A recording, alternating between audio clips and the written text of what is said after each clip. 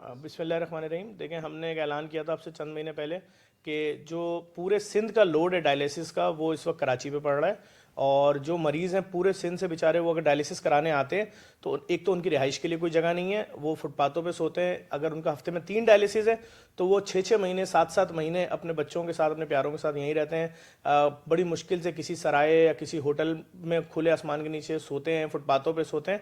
हमने उस चीज़ के लिए वर्किंग की कि हमने कराची के अंदर 50 डायलिसिस सेंटर, उसके बाद सिंध भर में डायलिसिस सेंटर, और उसके बाद पाकिस्तान भर में डायलिसिस सेंटर का ऐलान किया था। इस सिलसिले में हमने शिकारपुर सिविल अस्पताल, जहां पर तकरीबन 12 मशीनें डायलिसिस की बंद पड़ी 8 साल से, नई मशीनें, हमने उसके लिए भी लेटर लिख दिया है मोहतरमा अजरा पेचो साहिबा को, वजीर सेहत जो है, और वो भी हमने बोला अगर हमें दे दिया जाए हम फ्री ऑफ कॉस्ट खोल देंगे वहाँ के लोगों के लिए, और 80 किलोमीटर के एरिया से लोगों को लाएंगे भी और वापस घर छोड़ेंगे। कराची में अल्हम्दुलिल्लाह, लियाकताबाद में आप देख सकते हैं वहाँ पर डायलिसिस शुरू हो चुका है। फिरजीनियस कंपनी, जो कि दुनिया की नंबर 1 कंपनी है, उसकी मशीनें लगाई गई हैं। लोग आ रहे हैं, मरीज़ अपना रजिस्ट्रेशन करा रहे हैं। अगर किसी का हफ्ते में 3 दिन डायलिसिस है तो 3 दिन होता है, और महीने में लाजमी बात है उसके ऑर्डर 12 अगर डायलिसिस हो तो 12 डायलिसिस हो रहे हैं। किसी किस्म का कोई कैश काउंटर नहीं है, और हर डायलिसिस सेंटर के नाम के साथ लफ्ज़ फ्री लिखा हुआ है। जैसे कि लियाकताबाद है तो उसका नाम है लियाकताबाद फ्री डायलिसिस सेंटर।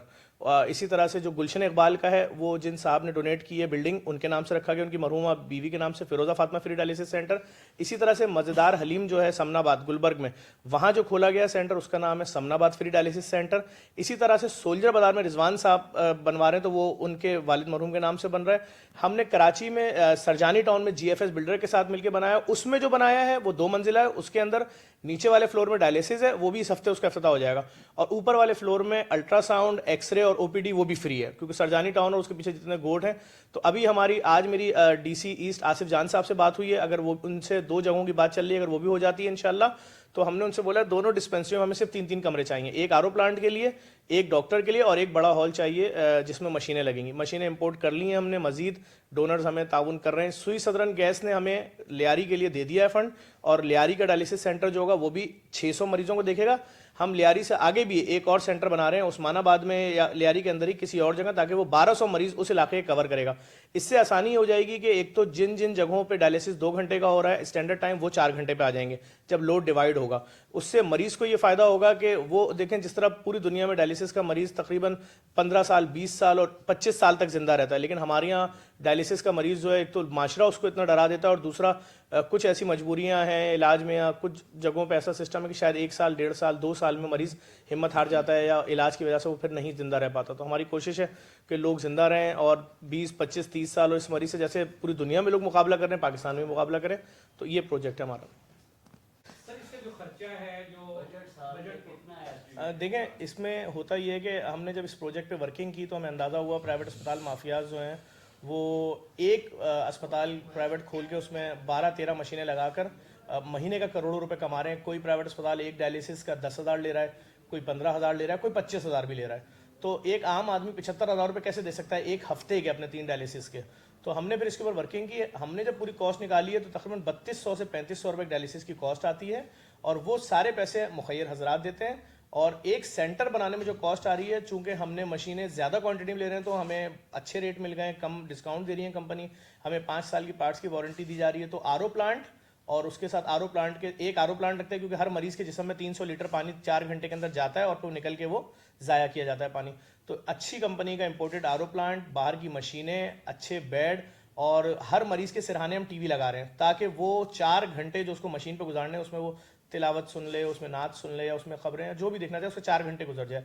तो ये पूरा एटमॉस्फेयर, पूरे उस हॉल के अंदर जो भी हमें जगह मिली, उसमें टाइल, मार्बल सब लगाते हैं, तो तकरीबन 90 लाख रुपए करीब का खर्चा आता है। और उसके माहाना एक्सपेंस हर डायलिसिस सेंटर के वो तकरीबन 18 लाख रुपए हैं, क्योंकि हर सेंटर में 600 डायलिसिस होने हैं। तो हमारा टारगेट 3,60,000 डायलिसिस सालाना का है कराची का, और इसको अब लेकर पूरे पाकिस्तान में बढ़ रहे हैं। लोग सपोर्ट कर रहे हैं भरपूर, और जो मशीन दे रहा है उस पर उस डोनर का नाम लगा देते हैं, और आगे की तरफ बढ़ रहे हैं। चूंकि ये बीमारी अब घर घर पहुंच चुकी है, किसी के वालिद, किसी का बेटा, किसी का भाई, और एक मुश्किल प्रोसेस हो गया था कि आप अपने मरीज को एक लोहे की स्ट्रेचर पे छोटी सी एम्बुलेंस में लिटा के जाते हैं, और घंटों अस्पताल के बाहर वेटिंग करते हैं। उसके बाद जब आपका नंबर आता है तो फिर 2 घंटे का डायलिसिस, क्योंकि पीछे बहुत लोड है।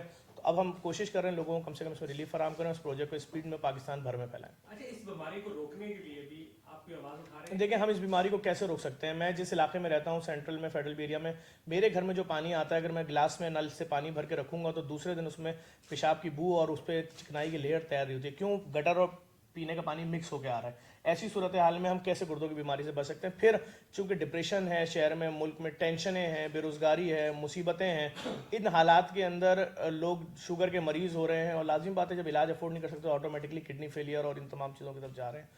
तो बस यही कर सकते हैं, कम से कम लोग बगैर इलाज के ना मरें। एक आम आदमी, एक मिडिल क्लास आदमी मुमकिन नहीं है अपने वालदा या वालिद, भाई बहन किसी का 9,000 रुपये का एक डायलिसिस करा सके और किसी अच्छे अस्पताल में 25,000 रुपये का एक डायलिसिस। मैं समझता हूँ जिसका ट्रांसप्लांट नहीं हो सकता वो मरते दम तक मशीन के सहारे उसको जिंदा रहना है।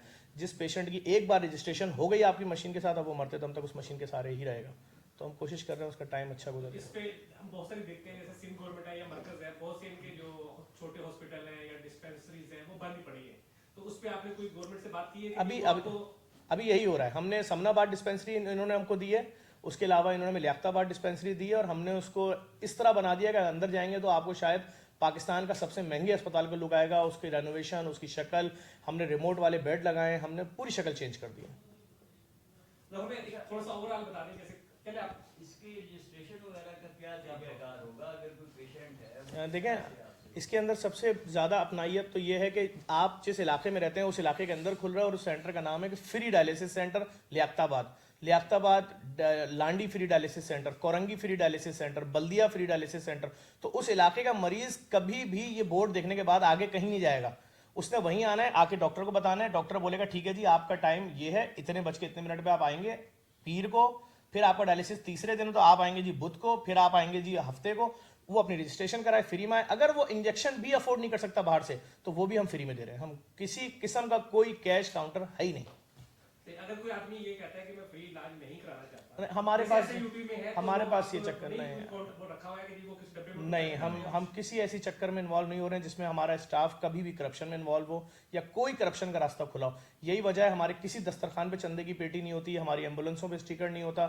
हमने कोविड में भी जो राशन बांटा, हमें दुनिया बोलती रही कि आप जो राशन दे रहे हैं 2-2 बार लोग ले रहे हैं, 4-4 बार ले रहे हैं। हमने कहा इतने बड़े ऑपरेशन में जब किसी मुल्क में मुसीबत आती है, सैलाब, जलजला या कोविड में जब लॉकडाउन हो गया इतने बड़े पैमाने में, हम कहाँ से चेक करें कौन तीसरी बार आ रहा है कौन चौथी बार? दिन में 30,000 राशन हमने 4 महीने 10 दिन तक बांटे। अच्छा, ये है कि जो डायलिसिस सेंटर आप खोल रहे हो, ज़ाहिर है ये टेक्निकल काम है, डॉक्टरों का काम है, डीसी का आपका स्टाफ अपनी जगह पे इंजीनियर भी है, तो वो टेक्निकल सपोर्ट कहाँ से? देखें, अभी जो हमारे लियाकताबाद में डॉक्टर मुजफ्फर साहब हैं, वो टब्बा अस्पताल से हमने उनको लिया है और उनकी तनख्वाह एक बहुत अच्छी तनख्वाह है। और जो मैं समझता हूँ उसको कोई कराची का, पाकिस्तान का सबसे बड़ा अस्पताल उनको सैलरी दे रहा था, वो सैलरी उनको दे रहे हैं। जितने आरएमओ हैं, जितने नेफ्रोलॉजिस्ट हैं, सबकी तनख्वाहें अच्छी तनख्वाहें, क्योंकि देखें हम किसी की ज़िंदगी पे कोई कॉम्प्रोमाइज़ नहीं कर सकते। बल्कि हमने तो कोशिश की है, जो हमारे मजीद भी आगे खुल रहे हैं, हम हर नेफ्रोलॉजिस्ट को और यूरोलॉजिस्ट को एक ही सेंटर दे रहे हैं, उसको दूसरे में इन्वॉल्व भी नहीं कर रहे हैं। अच्छा जफर भाई, लास्ट टाइम मैंने आपकी उससे बड़ी जज्बाती सीधी सी बात है कि मैं वो पोस्ट लगा भी नहीं सका था, आपने तो माशाल्लाह वहाँ विजिट भी किया, वो एक सहाफ़ी की जो आप डेथ पे गए थे। तो ये जो ओवरऑल एक सूरत हमारी ही बन रही है, मतलब मैं पाकिस्तान की बात नहीं कर रहा, मैं अक्सर मीडिया वालों की बात कर रहा हूँ, तो इस हवाले से आप कुछ सोचे आपने? देखें, इस वक्त भी आप अगर हमारे इदारे में आएंगे, हमारे पास, मैं बार बार टीवी पे भी बोल रहा हूँ कि ये जो 35-40 हज़ार मीडिया के लोग निकाले गए हैं पिछले कोई 2 सालों के अंदर, इनके पास दूसरा कोई रास्ता ही नहीं है। तो कोई या तो रक्षा चला रहा है, या कोई रोड के ऊपर स्टॉल लगा के बैठा हुआ है, या कोई बाज़ारों के अंदर छोटे मोटी चीज़ें बेच रहा है, हेयर बैंड वगैरह। उनके पास कोई दूसरा रास्ता ही नहीं है। एक आम चले, एक मशहूर एंकर हो, साफ़ी हो, उसके लिए शायद कोई जगह हो, लेकिन एक आम बंदा जो कैमरामैन है या जो दीगर स्टाफ है, वो लोग दरबदर हो गए हैं। अभी भी कल रात की सूरत हाल थी, मेरे पास एक साहब का फ़ोन आया कि मेरा नाम नबील है और मैं गुलशन हैदरी में नगीना फ्लैट में रहता हूँ और उसके सामने हैदरी नगीना होटल के ऊपर मैं वो धो रहा हूँ, क्या कहते हैं, बर्तन धो रहा हूँ। और वो पठान भाई जो है मुझे 300 रुपये देता है, लेकिन मेरी 7 साल की बेटी ने आज मुझे ताना दे दिया है कि मैं होटल वाले को बोल के आऊँगी, अब्बू अगर अब आपने वहाँ बर्तन धोए तो अच्छी बात नहीं होगी, और वो मैं खुदकुशी करने जा रहा हूँ। फिर मैंने उस शख्स को बुलाया और उसके बाद उससे बात की। बहुत डिप्रेशन में था, पढ़ा लिखा लड़का था, पाकिस्तान टोबैको का जो डिस्ट्रीब्यूटर है उसमें नौकरी करता था। 8 महीने पहले उसको निकाल दिया था, उसकी बाइक भी ले ली थी। इन दी एंड कुछ भी नहीं था। उसके बाद बेगम की डिलीवरी थी, केस खराब हो गया था, जो कुछ था सब चला गया था। उसको उसी वक्त मोटरसाइकिल खरीद के दी, उसकी सारी बातें सुनी, उसको जो मखरूज था वो पैसे दिए।